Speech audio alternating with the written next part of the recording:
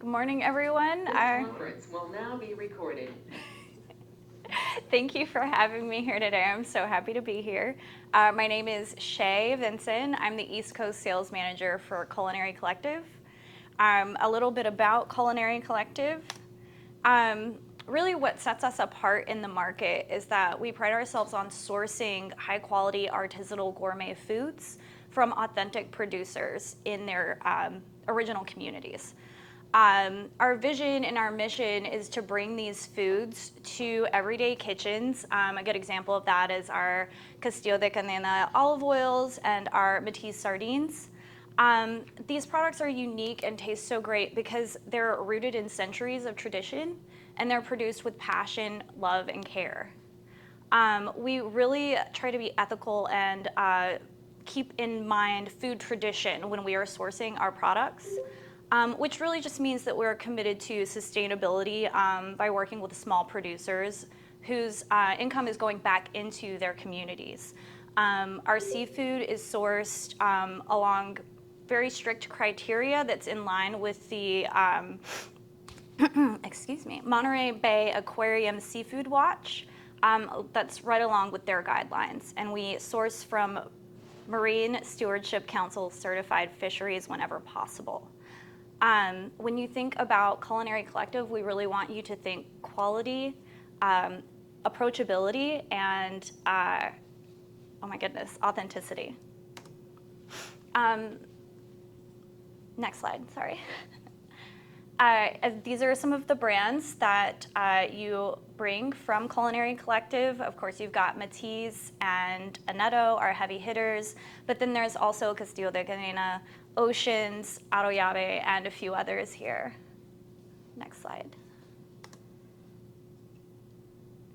The first brand I want to talk about is Oceans.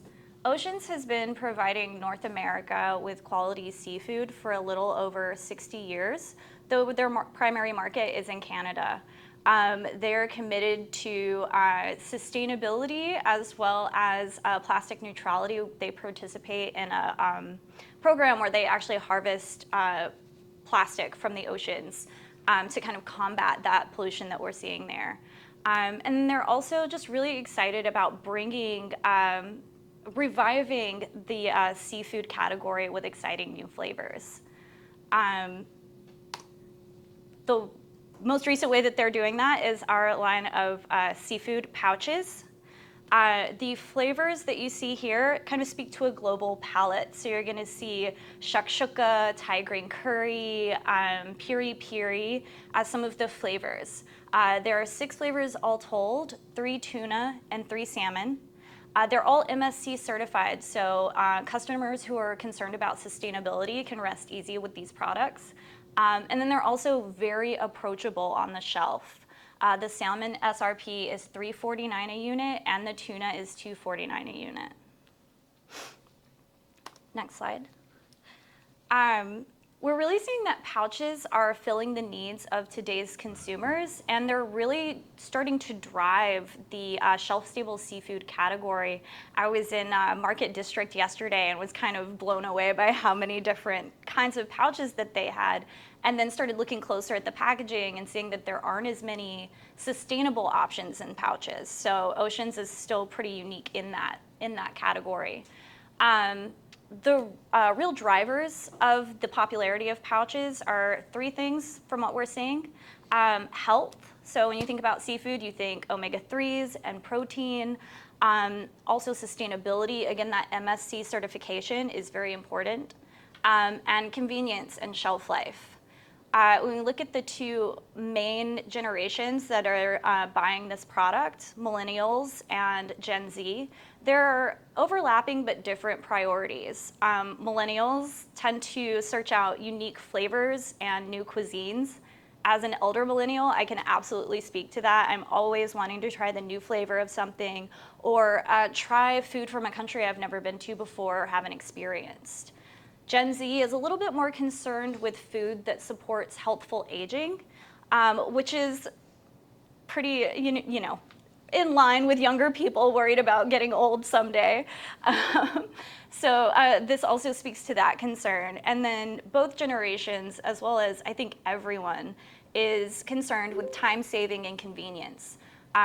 Upwards of 48% of American consumers say that they will grab a ready-to-eat or easy-to-prepare food option most of the time. The next brand I want to talk to you about is Arroyabe. So this is our artisanal Spanish family-owned tuna and anchovy producer. As you can see here, the shelf-stable seafood tuna category accounts for almost $57 million of revenue as of June of last year. One of Arroyabe's competitors, Ortiz, has captured about 1% of that market share, whereas Arroyabe represents about 0.2%. I'm not sure, maybe some of you have heard that Ortiz is experiencing sustained out of stocks and product shortages on their lines. I believe that Arroyabe is in a unique position to capture some of that lost business because they exist in a similar space in the market. They're artisanal producers, family-owned from Spain. They bring a similar portfolio to the market at around the same price point, and they are not experiencing any product shortages. We have plenty of inventory in stock. We get good movement on this line, but as you can see, there's a lot of room to grow. Let's see. Next, I want to talk to you about the Matisse tinned fish. I'm sure you're all familiar with this line, hopefully. Our best sellers continue to be the sardines in oil, the mussels, and the octopus. But we do have 3 newer SKUs to the line, and those are the ones that I have kind of in front of you here. The first one is the wild-caught mackerel, and I decided to sample this one because we're seeing that mackerel is starting to become more and more popular in the tinned fish category. So we expect to see this SKU to start picking up in popularity, and we even have plans to expand the mackerel portion of our line. So if you want to try it, please go ahead. The next one is the calamari with white bean SKU. This SKU we came up with actually because of the success of the pulpo. This is one of our top sellers in the Matisse line, but we were still seeing customers that didn't want to spend that $16+ on the shelf for a tin of octopus. So we decided to try to capture some of that business by bringing in a squid SKU at a lower price point. And this has been introduced in the last 1.5 years, and it is steadily gaining popularity. We're actually having some small availability issues right now as we get our projections to line up more closely with our demand. But once those are accounted for, we expect this to be one of our most popular SKUs. The last one is the wild cod in olive oil. This is prepared bacalao style, so it's buttery, mild, almost slightly sweet, and then it's poached in olive oil. So it's really delicious. And this is the first Matisse SKU that has been MSC certified from inception, so we're quite proud of that. I've been going pretty fast, I think. Do you guys have any questions so far? No? All right. Shay, what's your favorite pouch and what's your favorite tinned fish? My favorite pouch, I'm kind of tied between the ginger lemon sesame and the Thai green curry tuna pouches, although the shakshuka comes in close third. And then for the tins, I really love the squid and white bean and the cod. But then as far as the older SKUs that we've had for a while, the sardines with lemon are just very refreshing. It's such a nice SKU. The lemon is like the perfect balance, and it doesn't taste chemically, which can be an issue with some lemon flavored items. So I really enjoy that one as well. Oh, it looks like next slide. Can we go back one? Oh, this is mine. Never mind, sorry. Oh, I'm missing a slide. I had a slide here for the Boquerones. It has disappeared. So I just want to remind you that we did reformat the Matisse Boquerones. They are now MSC certified as well. And they have that lovely sleeve on the front that I had a picture of, but it's not here. That just really elevates it on the shelf and makes it, I think it really speaks to the quality of the product inside a lot better than the old packaging. So a little bit more about Matisse Tinned Fish. We are primarily distributed in the specialty and natural channels, and we are the 9th brand overall in the shelf-stable seafood other category. That category is performing at around 7% above last year. I think that our top 10 standing is even more impressive when you think about how long we've been on the market. We've been selling tinned fish for over 20 years and still in the top 10 brands. We have 4 sardines that are in the top 20 sardines nationally. The cod is leading its category in the natural channel, and the pulpo continues to dominate its category in the natural channel. And finally, we are performing 12% over last year, which is well above the category as a whole. And this is just a visual breakout of that data.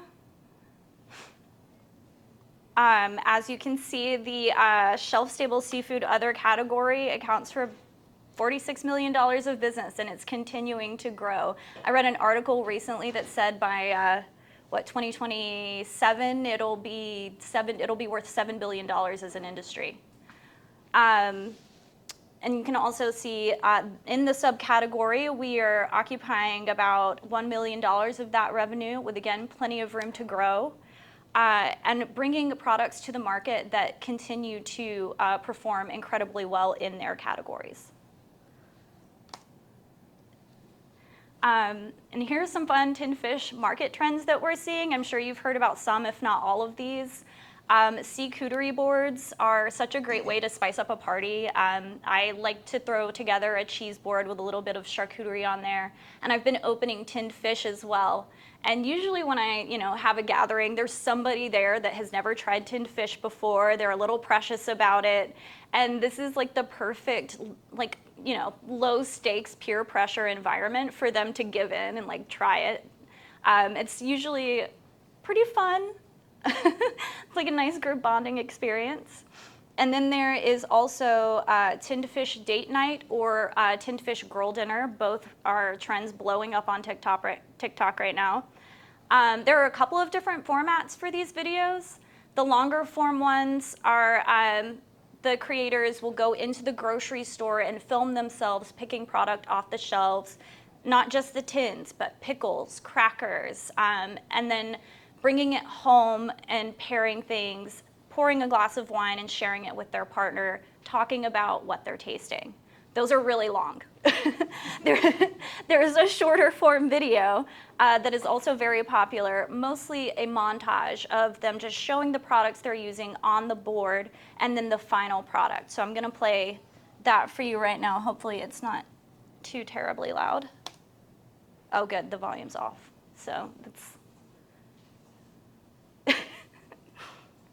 you can see they're showing the tins and then there's the final product. Super short, but it gives you a good idea of what they're creating so that then a person watching that video can go to the store, grab those same products, and recreate this at home. Because of the popularity of tinned fish over the last couple of years, we're starting to see some really interesting cross-merchandising opportunities.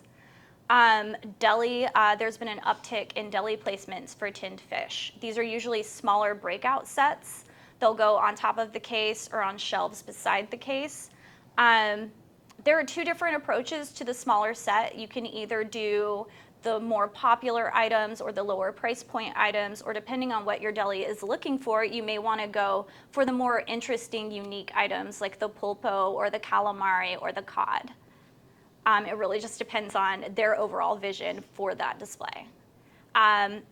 Tinned fish can also go in the same areas as the accompaniments that you think about when you're serving cheese, so pickles, olives, preserves, all of those things go really well with tinned fish, so they work well merchandised together. The chip and cracker aisle, I haven't seen this yet, but it's kind of a hope that someone will do this.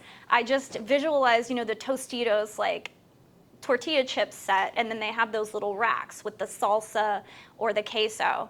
And why can't we do that with tinned fish? Like partner with a cracker brand and have, little displays of the tinned fish just sitting right in front so people can build their own cheese boards or tinned fish boards.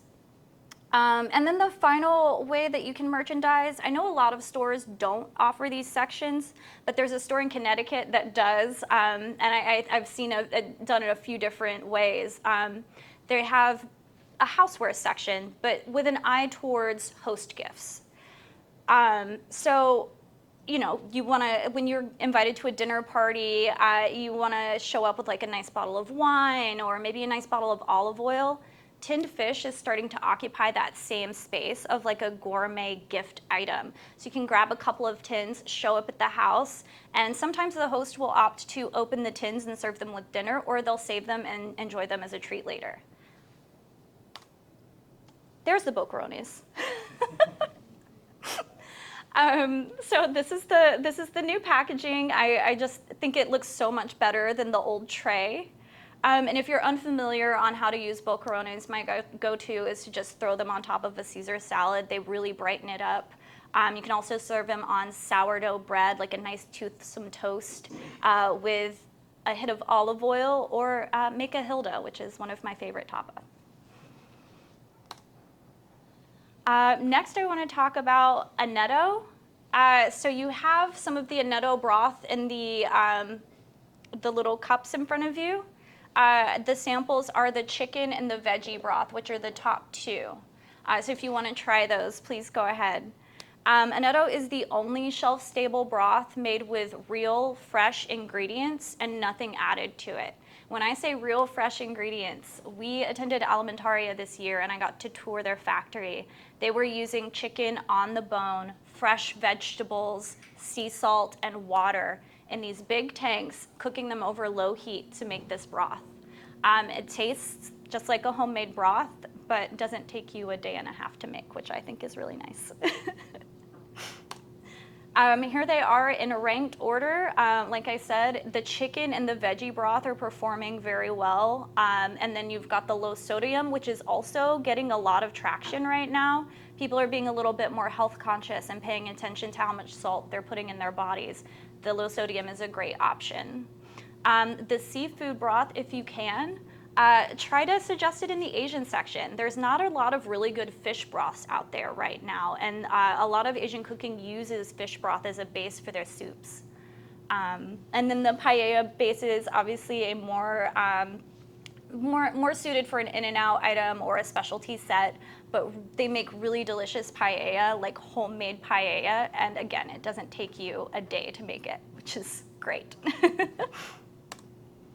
Annetto consumers are generally looking for the real thing without having to sacrifice time and savings. We know that annetto is a little bit higher price point on the shelf, but it's because of the quality of the product.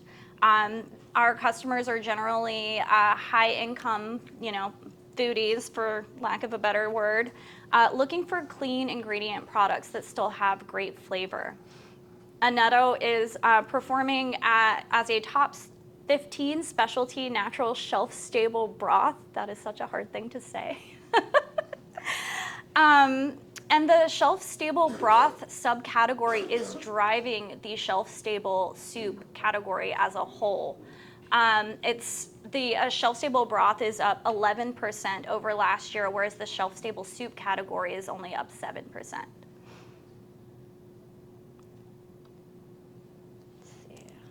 Oops. And then here's just a visual breakout of that data. As you can see, the shelf-stable broth subcategory accounts for about 1/3 of the shelf-stable soup business overall. And then annetto has captured around $105,000 of that shelf-stable broth business. This is a great chart we like to use to demonstrate where annetto is winning. As you can see, natural ingredients, taste and quality, animal welfare. It's cooked like a homemade broth with no added flavors or colors, and it uses sustainable packaging. Annetto ticks every single one of those boxes, and our competitors do not.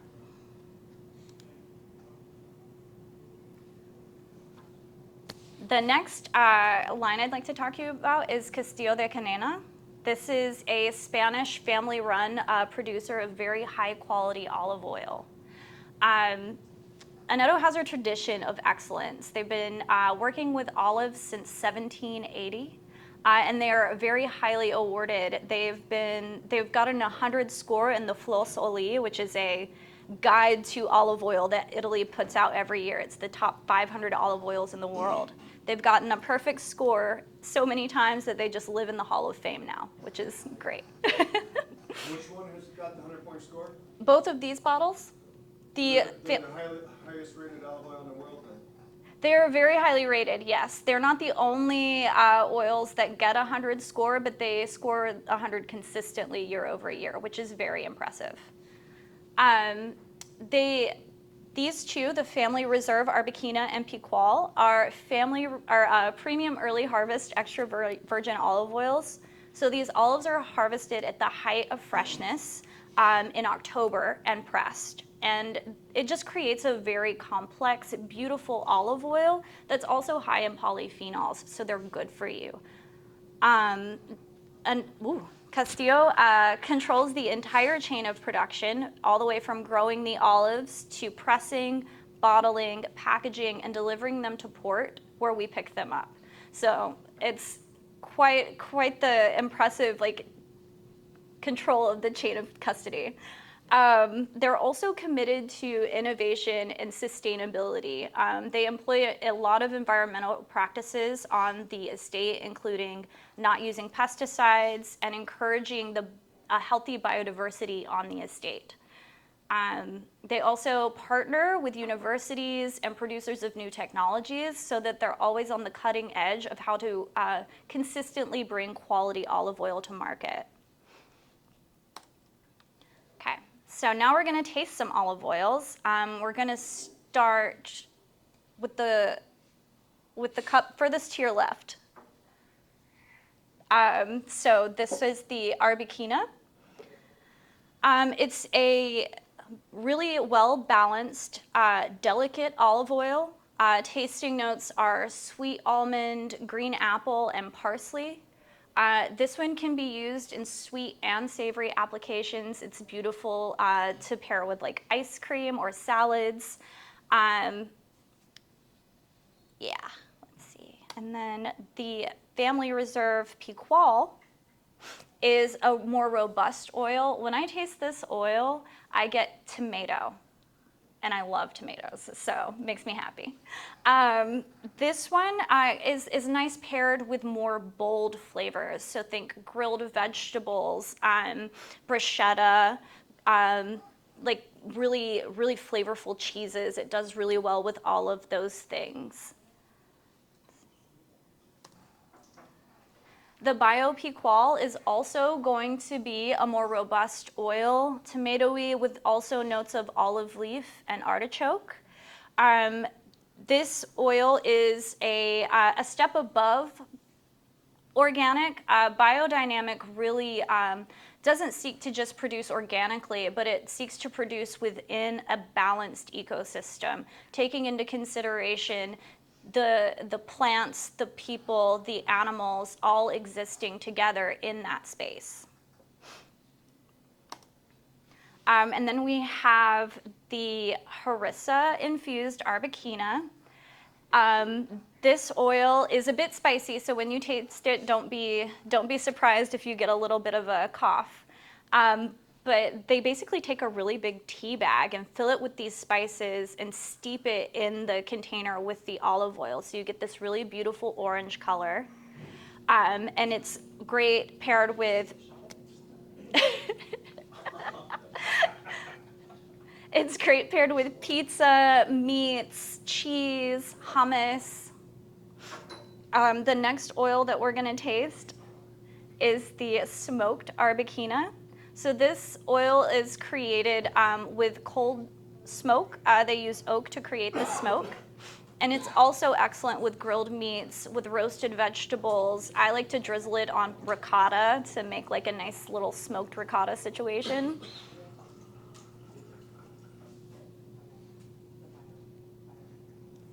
Question? No? Oh, sorry.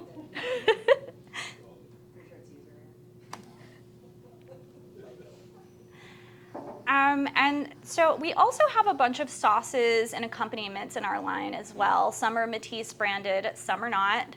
I want to point a few out to you on this slide. First of all, the Arvum vinegars. We recently introduced the Pedro Jimenez and the balsamic cream nationally through Whole Foods. Wow, stuttering a little bit, sorry about that. The launch was 2 months ago. And we are seeing turns at 1.5 per week and growing. So these are performing very well considering they launched 2 months ago. We're really excited about that. Also, the Decumana bulk olives. I'm not sure if all of you are aware of this, but Decumana is our brand, the olives we source from Losada. And Losada recently broke up with one of their East Coast distributors. So there's a little bit of business to be captured there specifically in the bulk olive space. The 3 Decumana SKUs that we have, or 4 Decumana SKUs, excuse me, that we have were created specifically for Culinary Collective, but we do have access to the full Losada portfolio. So if you have customers asking for Losada and they no longer have access, please let me know. There's an 8-week lead time, but we can bring inventory. Let's see, what else? Oh, the Zocalo chili paste down here at the bottom. These are really gaining in popularity for us to the point where we're having a little bit of a hard time keeping inventory. The reason that is because these are harvested, the peppers are planted, and then a year later they're harvested, and he only harvests 1 time. So whatever he plants for in the year before is what we get. So if you're getting new placements on these, now's the time to let me know. The peppers are being planted now for 2025 harvest. So if you can give us like an idea of projections on these, we can make sure to have stock for you. And then I just wanted to also point out that Blanchard, we do have promotions on in February, May, and October this year. So the October one is still upcoming. I believe it's 15% off. But if you need support outside of that promotion, let me know. We can definitely work with you. Then we're also offering some bundle promotions, or a bundle promotion on the Matisse sauces. We just have a little bit extra stock, a little bit more than we'd like to have right now. The dates are great on these, but we want to clear some space in the warehouse to make room for new inventory. So the 3 that are bundled are the garlic alioli, the fiery alioli, and the romesco sauce. They're usually $18.60 a case, and our promotional price is $13.50. Yeah, and these are that's a case of 6, if you were wondering. The last promotion that we're offering is 20% on the Matisse nuts and salty snacks. We cleared through the really short dated stuff. We have good dates on this line now, but we are, again, sitting a little heavy on inventory and want to move some stuff out. So if you want to run a promotion on these, please let me know. We can absolutely do that for you. That is all I have for you. Do you have any questions? No?